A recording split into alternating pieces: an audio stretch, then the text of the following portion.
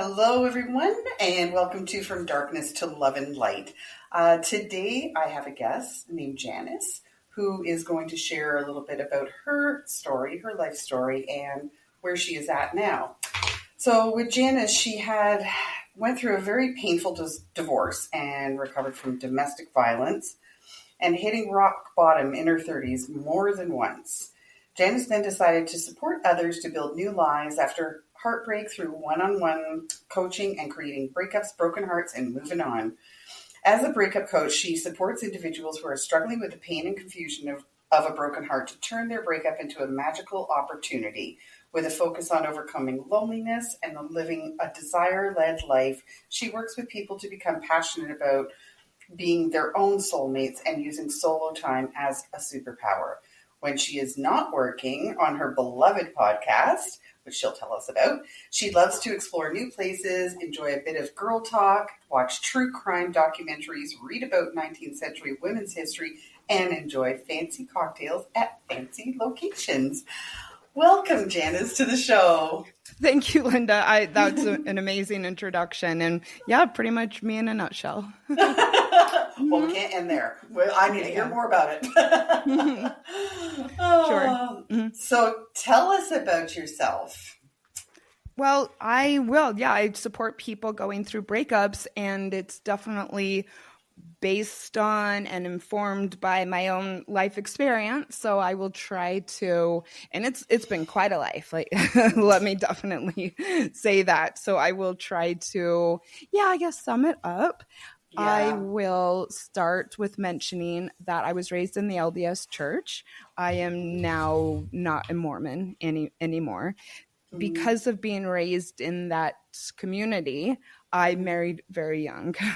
My ex-husband was not actually a Mormon, but we were from the same area, and because of being raised in a culture where everybody gets married young, I did push for it, and it was something I really desired. So we got married, 21, and yes, a lot can happen in your life and in your personal development, and with me, my spiritual journey between 21 and 30. And the marriage did not last. And to say that we did not end amicably would be the understatement of the year. Right. It was also definitely like a worst case scenario for me. I was the one who ended it, but because of maybe how I was raised, my entire identity was probably tied up in the relationship, and I was absolutely horrified and lost. However, I was living in New York at the time. I went to NYU for my graduate degree, and I was involved in a women's spirituality network. And it just so happened that within the network, there was a handful of us all getting divorced at the exact same time, which was an absolute blessing to each of us. Yeah. And so while I felt, beyond devastated, I was able to learn from them. We all rallied around each other. I realized for the first time in my life that I could be fine without a relationship. I was proud of myself for ending it. And I would say I bounced back fairly quickly because of all of the support. And I actually got kind of excited about, being without him for sure. I came to understand very quickly that I definitely did the right thing. Wow. So this planted a seed in me. I was really involved in the life coach industry. Within the spiritual women's network. And I just thought to myself, wow, all of this support has been so great. However, I'm starting my life over. It would be great to work with a coach who specifically specializes in either breakups or divorce. Mm-hmm. At the time, this was quite a while ago. I'm much older than I look. At the time. Well, yeah, you look like you're 21, so I don't really know, but okay. There were no breakup coaches or divorce coaches that I could find. That has definitely changed, which is wonderful. So I just put that aside and thought someday I might like to do this. Yeah. While I recovered pretty well from the divorce. Once I started dating again, I had really no idea what I was doing. I never dated as an adult before. I had barely dated before I got married. I was so young. I was not raised in a culture where dating really took place. And Right. so I kind of floundered around for a bit. And sadly, about a year and a half later, so I was still living in New York, and I met the most fascinating man that I had ever met before. Absolutely drop dead gorgeous. He pursued me like crazy. It was very, very, very exciting. And we got into a relationship rather quickly. And I actually ended up moving to Germany to be with him. He was Oh, wow. European. Yeah, and it happened really quickly too. I mean, I was still pretty young and, like I said, inexperienced. Nobody talked about love bombing back then. And so Right. I'm just thinking how exciting it is to have someone like him pursuing me. My ex-husband had kind of lots of hangups and issues around money and finances and being indulgent, and he was the opposite of that. So I'm thinking, I won the jackpot. Right. Of course. Yes, like completely. I had friends who were telling me this guy's bad news, people who had known him for years. And I lost friendships over staying with him. Again, I didn't really understand that actually friends have your best interest at heart and not just that they didn't like him. Right. I moved there and probably within the first week realize I'm completely in over my head with a very, very, very sick alcoholic. I really didn't know. His family came to me within 1 week of me living there, asking me to help him. Oh, And gosh. I realized, yeah, like I said, I was in over my head. And then also, not only was he way advanced in his disease, but very violent man as well. Gosh. And it was absolutely terrifying. But I stayed. It was, I suppose, a classic example of domestic violence where you get sucked in and you go back and forth, back and forth. I was isolated from friends and family. I was relying on him for where I was living. He was very, very good at trying to make up for things when he would be abusive or violent.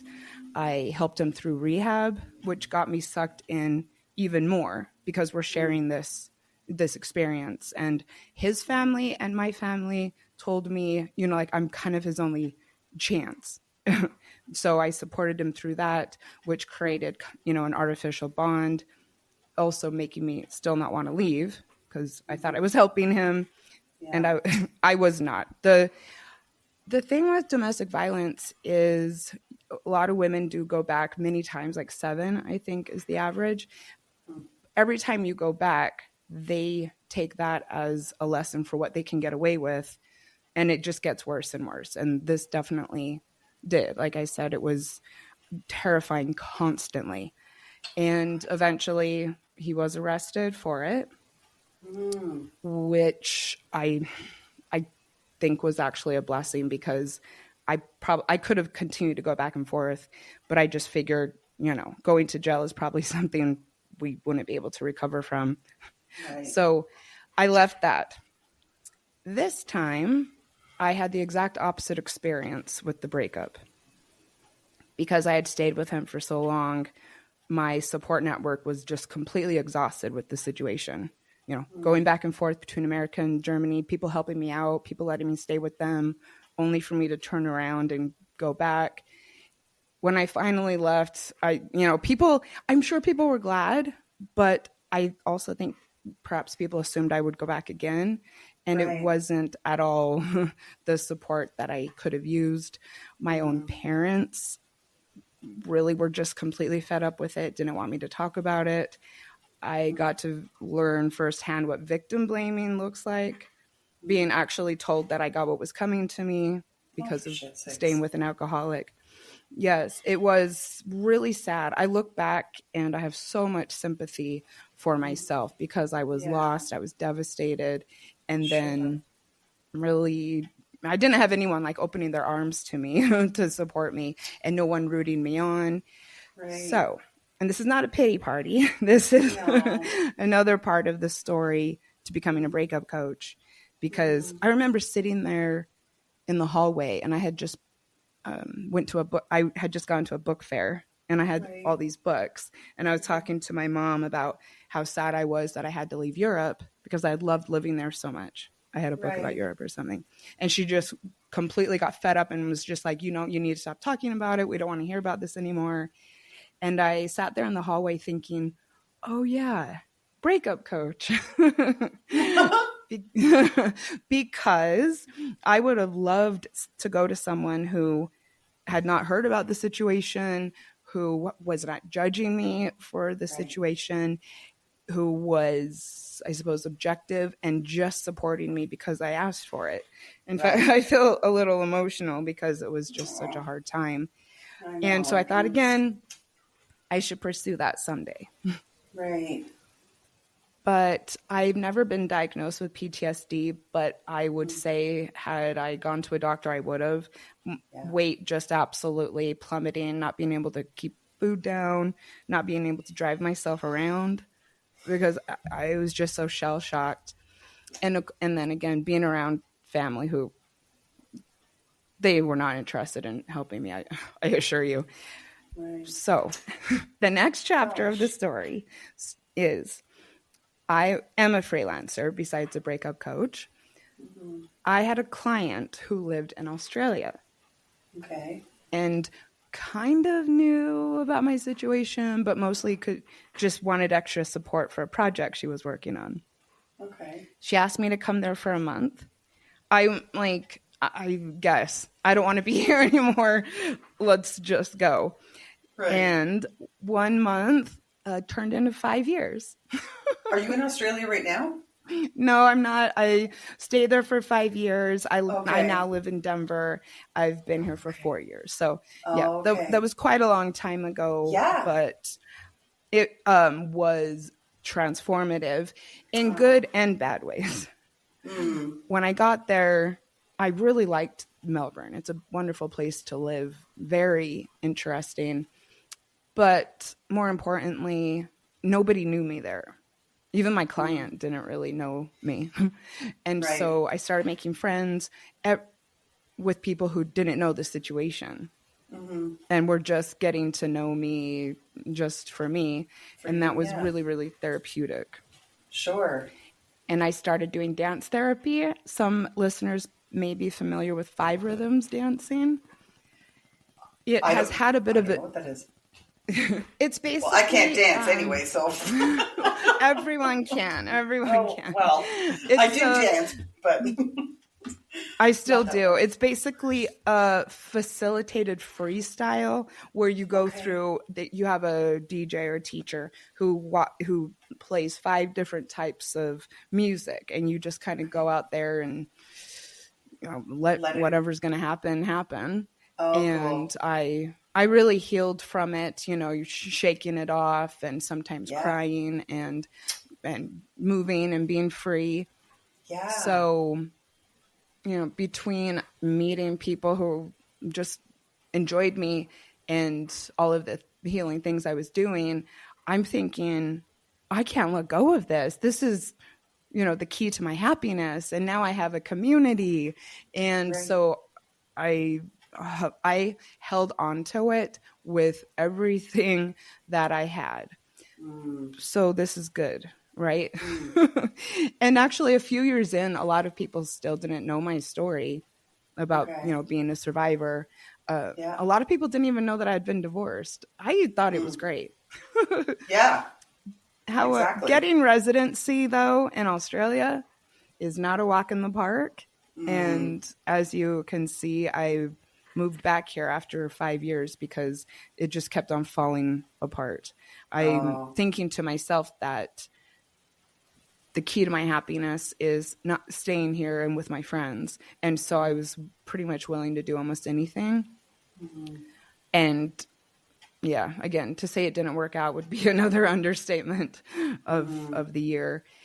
Every visa I ever tried to get fell through. I spent every dollar I ever had on visa applications. So I could barely afford to get back to America when Oh, when I wow. realized it wasn't going to work. Yeah. Eventually, I lost everything that I had. I got into an exploitive work situation with a company that was going to sponsor me. I even ended up suing them and winning because it was such an abusive work environment. Oh my gosh. Yeah, Girl. I when I say in my bio that I hit rock bottom more than once in my 30s, I mean Yeah. really. First, the domestic violence, which just completely shattered me. Yeah. I barely even have any friends from that time. And then this rock bottom situation in Australia, I definitely, yeah, like I said, I've been around the block. When I though hit rock bottom in Australia, and I'm saying barely any friends, barely any money, no prospects, absolutely nothing, Right. I started to look at my life and every chaotic thing that had happened since my divorce so many years ago, and how I had never had really that much stability. I had always relied on external factors, especially other people, for Right. even my survival. Mm. And I had gotten me nowhere in Mm-hmm. life but at rock bottom. And, Mm-hmm. then I was slowly approaching 40 and just feeling, wow, I actually really don't have that much to show for my life. And that is very sad. And however, I thought, okay, something's got to change here. Yeah. And so, yeah, I went on probably about a 6-month journey of purposely isolating myself from people, looking back over how I could take responsibility for everything that had happened, what I wanted my future to look like, how I was going to stop being in all of this chaos and just one disaster after another. Mm-hmm. And decided to come back to America and take charge of my life once and for all. When I came back here 4 years ago, again, basically nothing. I didn't know anybody in Colorado. I barely had Wow. any money, but I was just determined to be self-reliant no matter what. Right. Woo. So that was a lot, I know. When I No, got back here, my heart it's, goes out to yeah, you, like it's just that mom in thank me. I'm you. just like, oh, I just want to hug her and just say that none of this is your fault. But anyway, I'm sorry. I Go on, I sweetie. do thank you. I appreciate that, especially because of not having the support from my own mom. I believe we're going to do more content around this, but I'm now estranged from my parents. And so I really do appreciate that. And the validation means a lot to me. When I came here, it was almost to the point in Australia, it was such a disaster that I didn't even really want to stay friends with people there, which I have mixed feelings about, but I just felt like I just had to completely turn my back on what had turned out to be such a negative experience. Right. And the pandemic started 6 months into me living Oh here. gosh. Right. Yeah. I was so suspicious of people and Mm, distrusting and weary of friendships that for this first 6 months, I just thought I just need to get a job, save some money, get an apartment, get my life in order. So I'm not worried about people right now.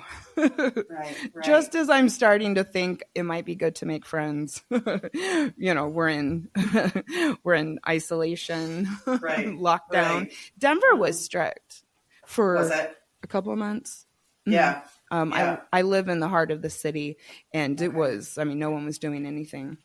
Right. Right. But Wow. because I had had this experience of like intentionally isolating myself and learning how to be my own best company, finally, developing actual self-love for the first Yeah. time, looking in the mirror and being happy, blowing myself a kiss in the morning, being Yay. proud of Yeah. myself. It was a blessing. I'm like, well, I wish I could still go out to restaurants and bars, which I Yeah. did even on my own, but I got this. This is not going to be that big of a deal.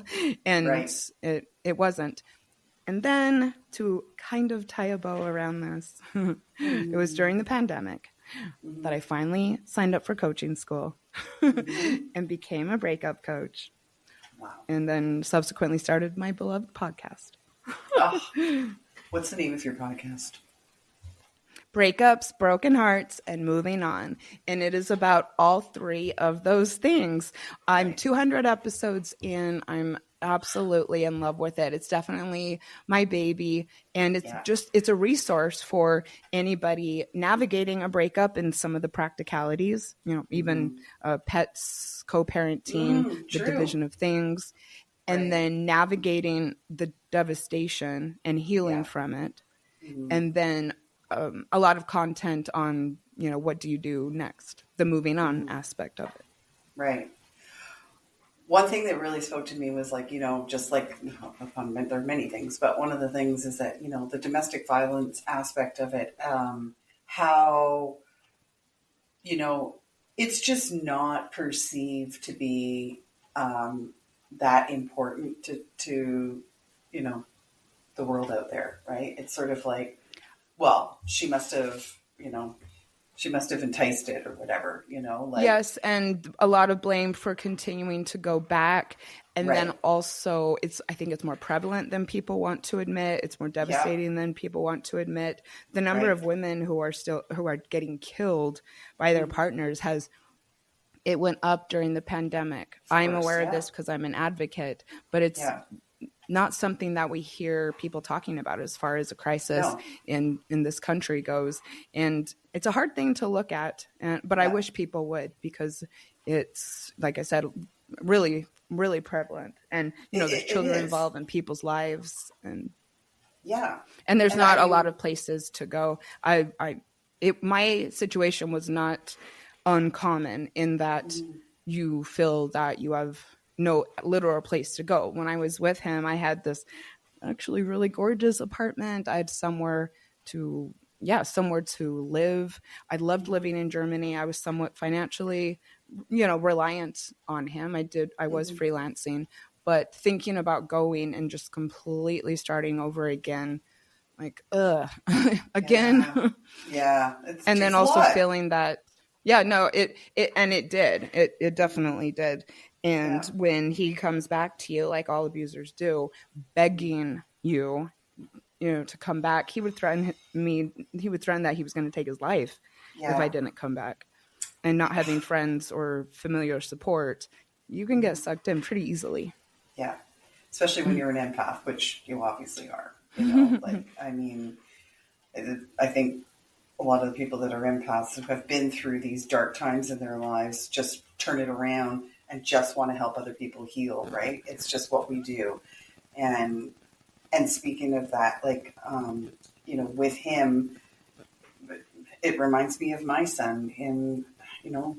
He passed away in December 6, 2021 at 35 years old from being an alcoholic. I'm sorry.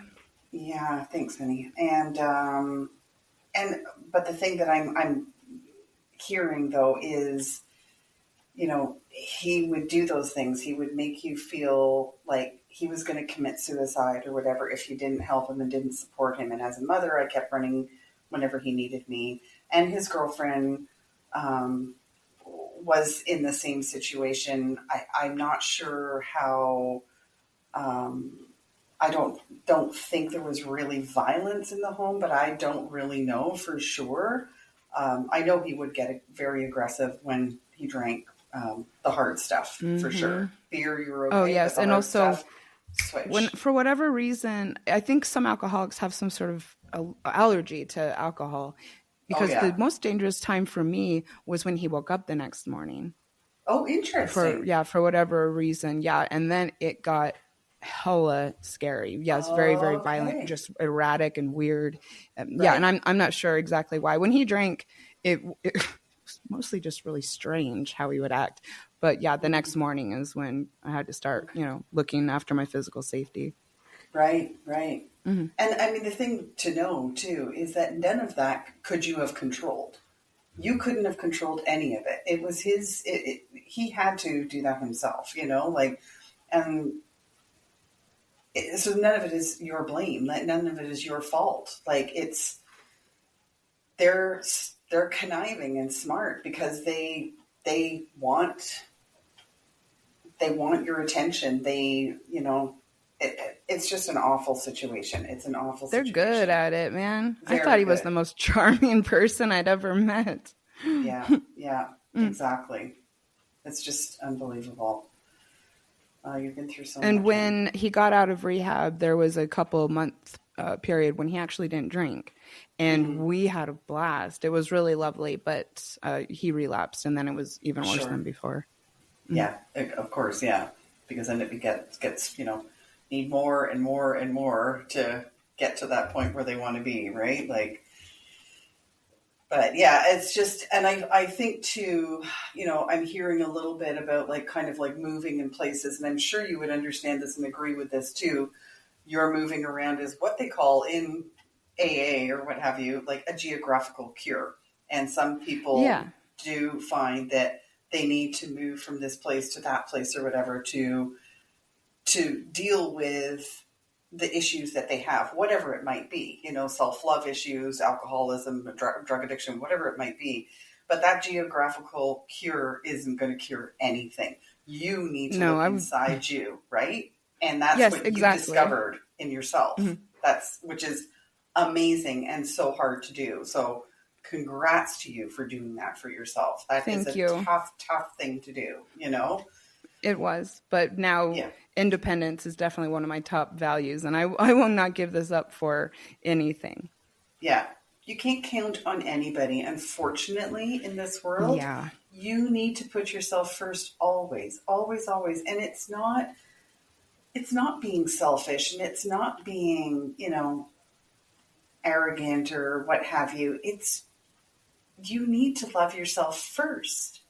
And that's a hard thing to do. It takes some learning. I always tell my breakup clients, when you put yourself first, the rest falls into place. It does. It does.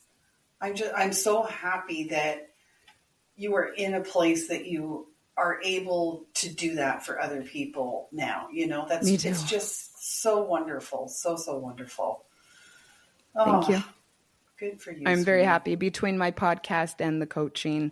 It's a dream come true. A dream I didn't even know I had for a little while there, but getting to use my own experience in a way that is productive and happy after everything I went through, it's refreshing. It's almost maybe my own addiction. No.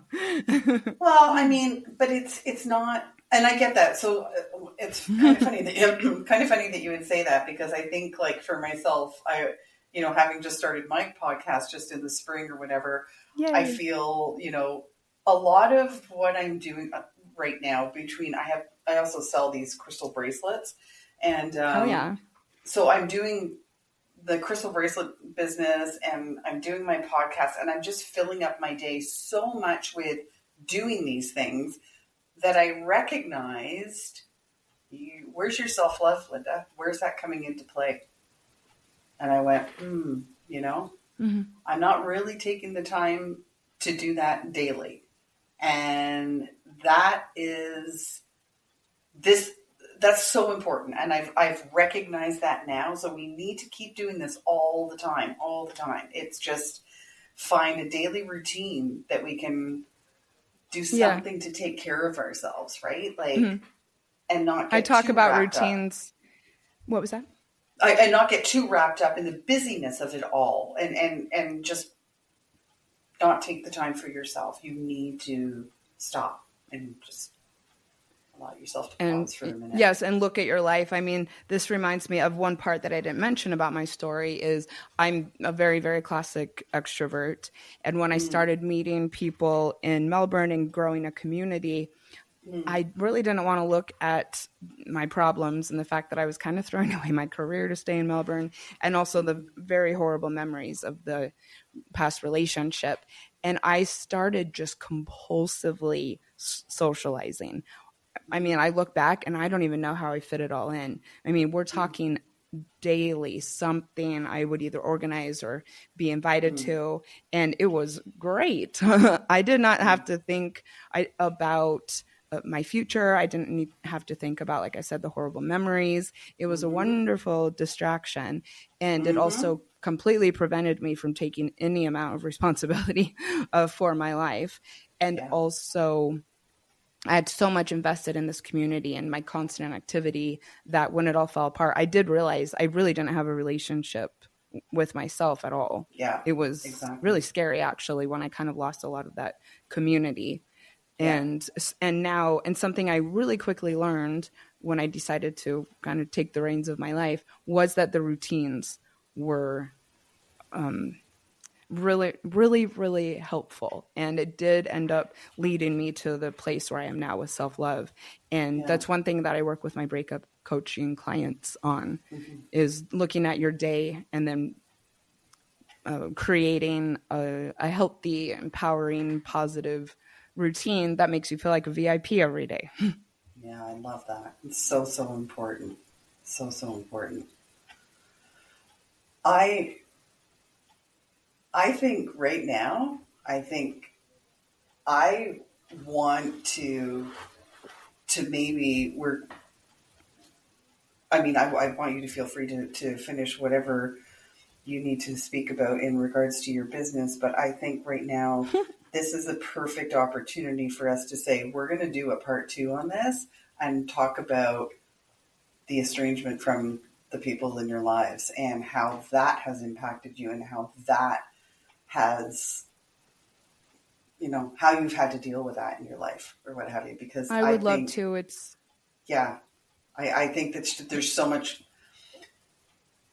This is going to be something that is going to occur in people's lives, right? By dealing with the things that you've dealt with, this is going to happen to other people too. So what have you done to get through those situations? And that's something that we should definitely talk about, because it's not going to be a bed of roses, is it? Oh no, it's been horribly painful. I'm still in a little bit of therapy over it. I do want to talk about it because I want people to know that it's a valid option for them. I definitely will say, so I'm 2 years in now to the estrangement, and I would never have been able to make such an important, painful decision had I not been in such a better place.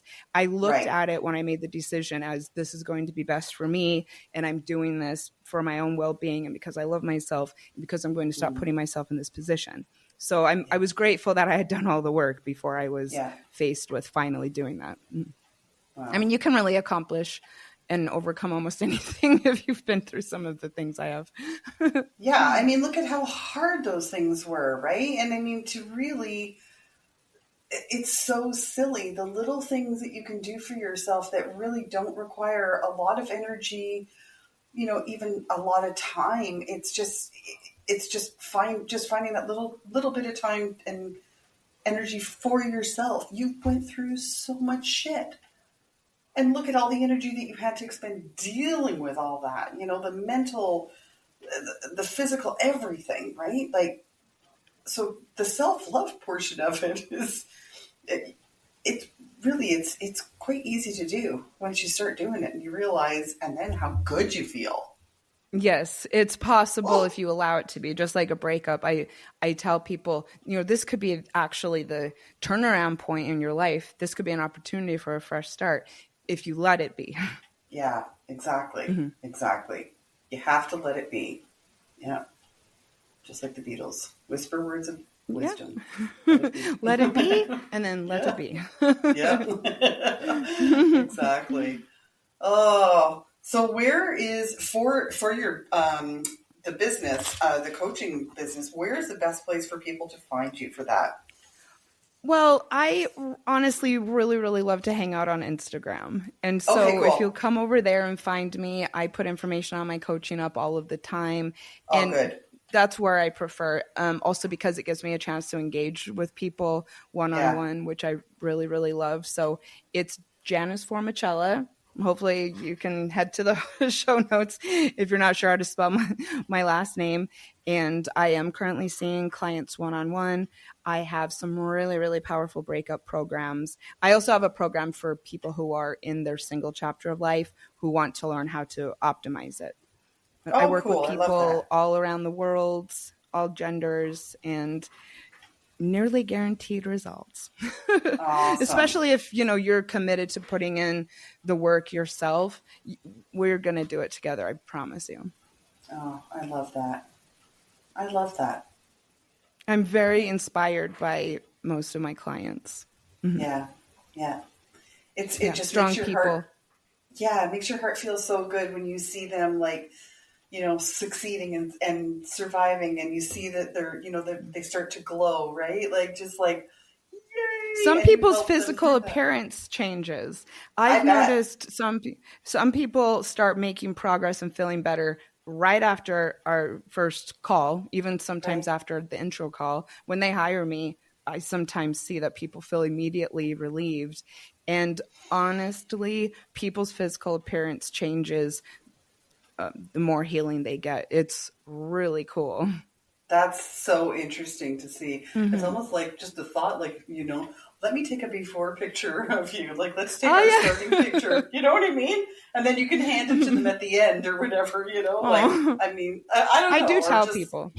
yeah. I mean, I that's tell just, them, yes. Mm-hmm. I mean, that's so neat to think about that. Like, to see them blossom, right? Like, it's just, that's Mm-hmm. beautiful. Beautiful. Yeah, Oh, having the light come back into them. I went through a yeah. breakup about a year ago or so, and I remember by the end of it just feeling like my light had kind of diminished and been taken from me because kind of the stress of it a little. And Yeah. yeah, I could almost feel it coming back to me after I pulled the plug and did my own Right. healing, which I have to say, as a breakup coach, I was still devastated, but everything that I teach absolutely worked and I was fine Yeah. pretty quickly. Mm-hmm. Yeah, exactly. It's once you know the tools to do it, it's amazing, And I It's a mean it. blessing. I had Yeah. a couple people ask me, oh, or a couple people say to me, oh, it must be really hard to practice what you preach. I was like, Mm, no, not at mm. all, actually. Yeah, exactly. Mm, Exactly. It's not that hard. It's just doing it for yourself because you deserve it, because you are important. I mean, you are the only one responsible for you. You have to take care of yourself and just believe in yourself. It's your journey. It's your life. It's you. You are you, and you need to just love you. Period. mm. And you're capable of it and deserving of it. Absolutely, absolutely. Well, thank you, Janice. I so loved our conversation. I'm so Thank proud you. of you. As I said before, like, good for you. And, the world needs more people, more beautiful light like you are. A Thank you so shining much. example of power and grace and love. And I'm so glad we connected. And I guess, before I close, I think, is there a bit of advice that you could give somebody who is currently living in a situation going through domestic violence that might be listening to this? What is the one thing that you could tell them that they could do for themselves right now? Well, I want you to know that you deserve better, first of all. And then something that I wish I had done is a contingency plan. I was really hoping it wouldn't get to the point where I was forced to leave. And when it did, I had no idea what to do. So just start making an exit plan. I know that that is kind of cliched advice, but that's how you're going to get out of it. And especially informed by my own situation, find one person who's going to support you no matter what, so you have somewhere to land, someone Mm-hmm. non-judgmental who's going to be there when you say enough is enough. And Mm-hmm. yeah, then get out and rely on that person. Right. Awesome. Mhm. Thanks And once also again. good luck, and I'm sorry you're going through that. And I Yeah. know it's really, really easy to say get the hell out of there, and Right. I would hope that you would, but also I know that it's much, much, much more complicated than that. Yeah. Yeah. Mm-hmm. Exactly. But you can do it. You can do it. Yes, You're living yeah, proof you of it. can. So, yeah. Mm-hmm. Thank you. All right. Well, thank you, Janice, for being on the show, and for all the listeners out there today. I will have Janice's information up on the show notes, and please connect with her if this resonates with you, or if you know somebody who is in this situation that just needs to hear this conversation today. Please share this with them, because as you were saying, there's so many people out there that are going through this right now, more than we probably would like to even Someone say. you So, know can very yeah, likely be going through this, and you may not have any idea. Domestic violence is much more common than people realize, which I already said, but I really want to bring that yeah, home. absolutely, absolutely. All right.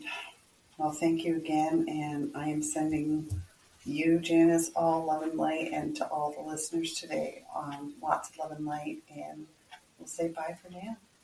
Thanks, everyone. Bye. Talk to you Thank you again so soon. much. Okay. Bye now.